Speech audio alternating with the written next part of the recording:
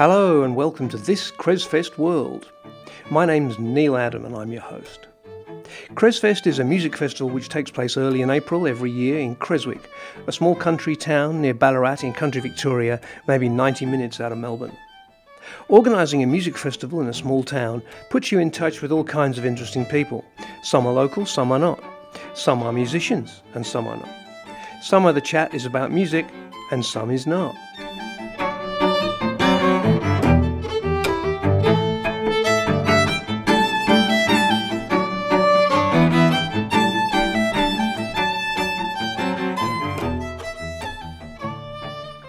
Today, in episode 10, you're going to hear me talking with Louisa Wise, Australian singer-songwriter who's performed at each of the first two Cresfests. Lucy's toured across Australia and overseas in the States and UK with her music. I should state up front that I've known Lucy and her family since she was a very young person. So when she told me one time that she'd had a mental health episode, of course, I was concerned for her. In the years since then, Lucy and I have occasionally caught up, and when I started doing this podcast, she agreed it might be a positive thing for others to hear her being open about her health situation and how she's managed it. I think it's really amazing to hear Lucy talking about how she's turned this situation into a positive learning experience for herself, and I think it's wonderful that she wants to pass that on to other people, so I hope you enjoy it.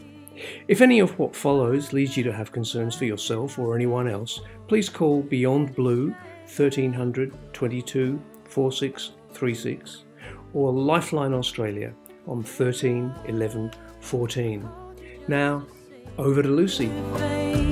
I guess the little seed for the idea to start sort of talking at festivals and things about mental health and music, I guess, was a friend of mine, a mutual friend of ours, Alex Stefan, who's a wonderful poet based in Darwin, and they and I put together a show for Darwin Fringe, talking about both of our journeys with mental illness, mental health, and it was a really wonderful experience. We ended up winning Best Spoken Word and Ideas show at Darwin Fringe.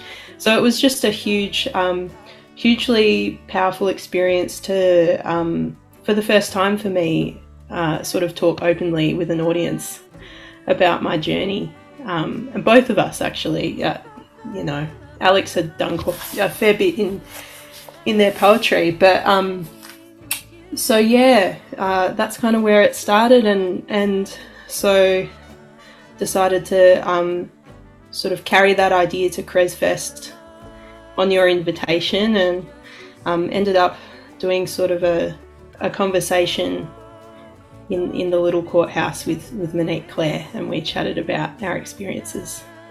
Monique and I are both on our own journeys of I guess,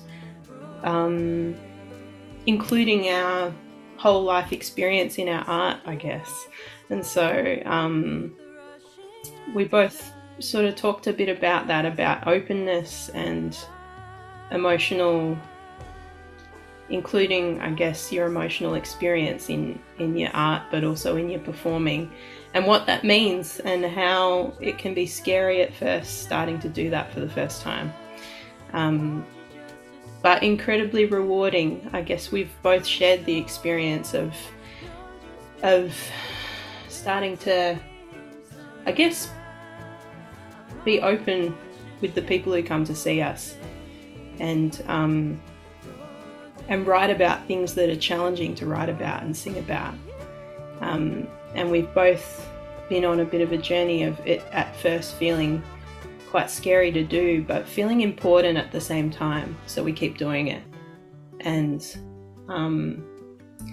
I guess we're still on that journey, and yeah, it still feels very worth it. It feels very meaningful because our audiences are increasingly, we're both finding that audiences are very, very appreciative of honesty and authenticity in this time of social media and sort of presenting yourself as you know, some character who's perfect and amazing and wonderful. I don't know, like there's a lot of pressure to be someone you're not in the world of social media, and a lot of us are in that. And so to hear an artist talk openly gives people permission to do the same in their own lives. Something that she's taught me, sort of in the time, like that show at Cresfest sort of connected us, and we've been chatting sort of since, semi-regularly. And something that she has been like, I learn a lot from talking to other artists, and she's taught me that like sharing is not only serving yourself. It's not 100% about purging your difficult feelings in front of people, but it's really it's much more than that. And I guess I guess hearing from our audiences, both of us have had the experience of realizing it's the purpose is doing something for other people as well, because it's kind of about like showing people that you don't have to be ashamed of having difficult experiences. You know, it can take time to recover from many things, you know. For me, you know, I had an episode of psychosis, and then a year later I had another one, and what that meant was the recovery time was very long. It was about 6 or 7 years until I started to feel like myself again. So, but I guess I say that because it is possible to recover, and you and I have had this chat, is like, it's very important to realize these things do pass with, you know, if you have I guess, well, thankfully in Australia we can access pretty good care. We're very lucky, and I guess, yeah, that's right, is like, it can take time, but we can really heal, and we can heal very, very deeply, and become better for it, you know. Yeah. Than we were before. So it's actually a wonderful. I actually think it's kind of a gift that I got so sick, because otherwise I wouldn't have had to do the work that I've done, you know. Yeah. So yeah, all the stigma and all the shame surrounding mental illness, like you say, is so harmful, and the notion that once we're broken or defective or whatever these labels make us feel, you know, once we're that forever. We're sort of told a lot that once someone's really unwell, or they seem really lost or something, that they're never going to find their way back. I think it's just part of, I guess, how our society treats mental illness, and there's a lot of fear about it. When I looked around in the audience at your gig with Monique, I think there were a number of people there, judging by the questions that came to you, there were a number of people who were there because they were unsure of their own mental health and were wanting some form of assistance. And the queue of people that waited to speak to you afterwards was testimony in its own way to the, well, I guess I would call it confusion that is in our society about this and about how it can be managed. Yeah, and it needn't. Maybe it could be the truth that even for very serious illnesses like psychosis, or perhaps if there weren't all the shame and fear around these illnesses, perhaps it wouldn't take so long to recover, you know? Yeah. Perhaps they would be more like little blips in our path. You describe yourself as having gone through a number of years until you were, however you describe it, feeling like 100% again. But you continue to do gigs, and you continue to travel and tour, and you know, to outside observers, this looked like a really competent young professional performer doing what really competent young professional performers do. So, I mean, even to say that it took a long time to recover doesn't mean that your life had to be, I don't know, narrowed in any sense. Yeah, life didn't stop, I guess. Like, well, you know, I did have to, over those years, I did have to find different ways. My approach before that had been very about perfectionism and very about achievement. And those things are very hard on an artist. they're really, it's great to strive for excellence. And we can do that without being perfectionistic, you know. We can do great things without putting pressure on ourselves. And it took me a long while to learn that, you know. And unfortunately, I guess, we're not often taught that in the way we're taught music. You know, we pick up these ideas along the way that that we need to drive ourselves really, really hard in order to achieve what we want to achieve. And I'm not saying I'm a slacker and that I that I don't work hard, but you know, like, I guess, yeah, that journey has been sort of trying out all sorts of different things to sort of find how to do this music thing in a way that's really kind to myself and kind to other people, and accepting of, I guess, all the many facets of what it is to be a human being, I guess, you know. Because I think if we don't allow ourselves to make mistakes or explore things, or you know, that actually narrows us too, you know. And everything you say, I remember how it feels. When I got home, I wrote a song as tears rolled down my face. Let the cold winds blow right through your aching bones.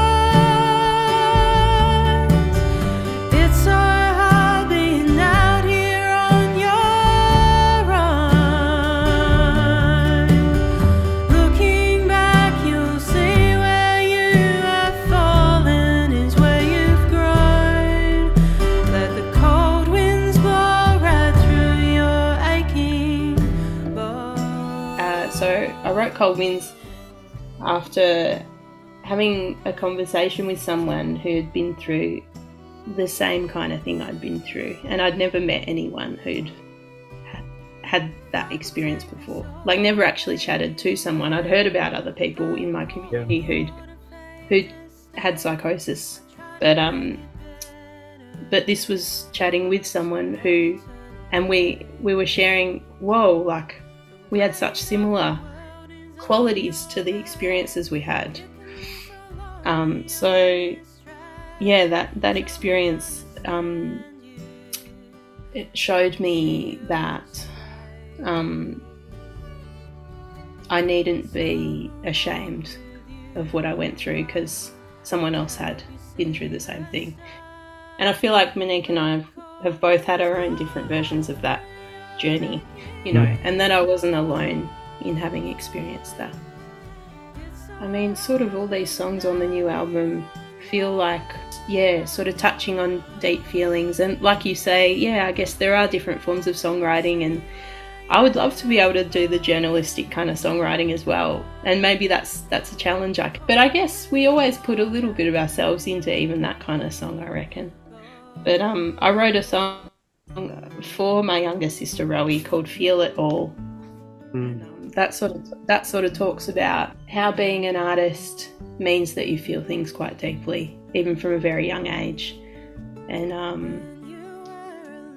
yeah, seeing that in my sister and sort of speaking to that.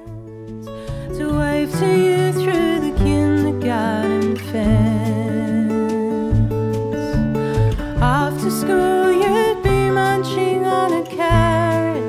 making castles of shells and songs for your teddy bear.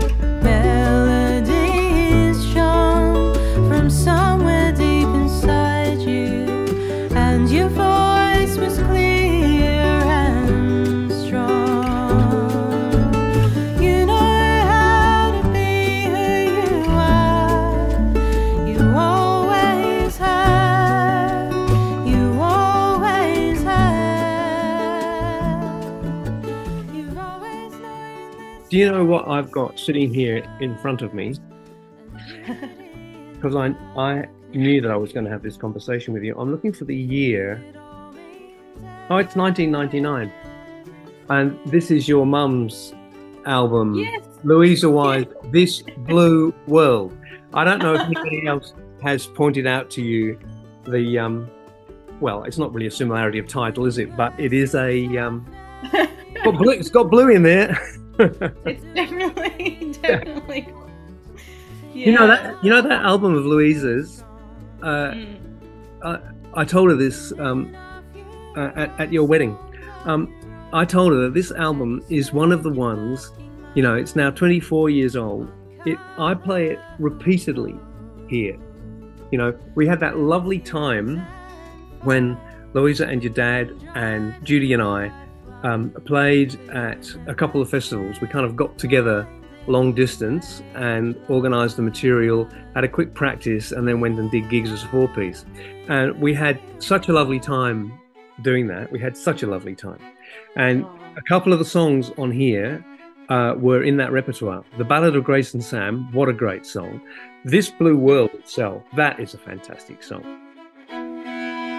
You can wonder till you're blue in the face how we came to this time and place, whether we came from out of the blue or... That should have been a big hit. That should have set her up for life, that song. It was a hit maybe in the folk world, the Australian festival. That should have turned your mother into 1999's Taylor Swift. Oh, well, I can't deny how much she's been an influence on me, I guess, from a really young age. Yeah. You know, having a mum who writes the songs that she writes, yeah, I couldn't not try and do it myself as a kid, you know. Yeah. I think you weren't given much of a chance. In my memory of your house when you were all kids growing up, I have one abiding memory. It may not be 100% accurate, but I think I think it's more or less accurate. I remember her getting you up before school for harmony singing practice downstairs before you went off on the school bus. Yeah. I think that's great. I think that shows a determination. And for goodness sake, if you end up with three daughters who at various stages in their lives have been professional musicians, then look, something worked there, didn't it? Yeah. And like that, it's really funny, you know, some people ask me that question as if there was some kind of coercion involved. I'm like, did you have a choice as to whether, you know, I guess like in a lot of modern parenting that maybe there's a lot more like letting the child decide what they want to do, you know, but it was actually very joyful. We were swept up in music from a young age. That's how I would describe it. And, you know, it's still a really big part of all our lives, so I'm really grateful. Yeah, I'm sure. Were you conscious of This Blue World and your mother's inheritance when you were writing your new album? It's so funny that that you draw that parallel between, you know, Into the Blue and This Blue World, because like it didn't actually occur to me at all that, you know, blue is kind of a theme, I guess, for both Mum and I, because as teenagers we were both glued to Joni Mitchell's Blue album. Yeah. So, you know, so it's like, it's really funny. It's kind of, yeah, kind of full circle. And I guess I wasn't thinking about it, but I have thought a lot about Joni Mitchell, who we both worshipped, you know, as young people. Yeah. So, yeah.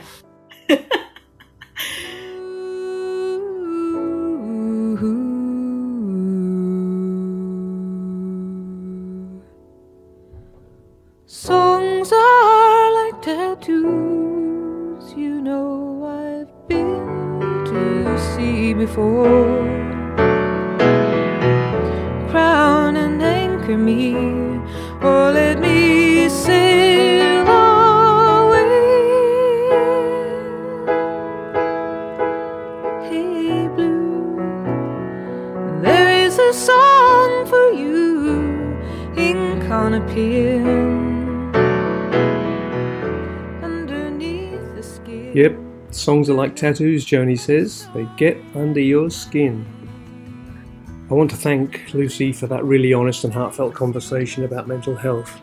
It's not easy to talk so openly about these things, and I just want to say how much I appreciated it. I also really enjoyed the blue link at the end there, and the guest appearances of Louisa Wise and Joni. If any of what you've heard here today leads you to have concerns for yourself or anyone else, you can get help by calling Beyond Blue on 1300 22 4636 or Lifeline Australia 13 11 14. This has been This Chrisfest World, and my name's Neil Adam. I hope you enjoyed today's show. That was an interview with Lucy Wise. She's always great to talk to. If you did enjoy the show, then please press subscribe or follow on your favourite podcast app. Lucy's songs on the show today were from her album Into the Blue, which won the Best Folk Work at the 2023 Music Victoria Awards. You can find out more about her at her website lucywise.com.au. It seems appropriate to go out with Lucy's song All the Streets, which has got her and her sisters and her mum singing harmony on it. See you next time.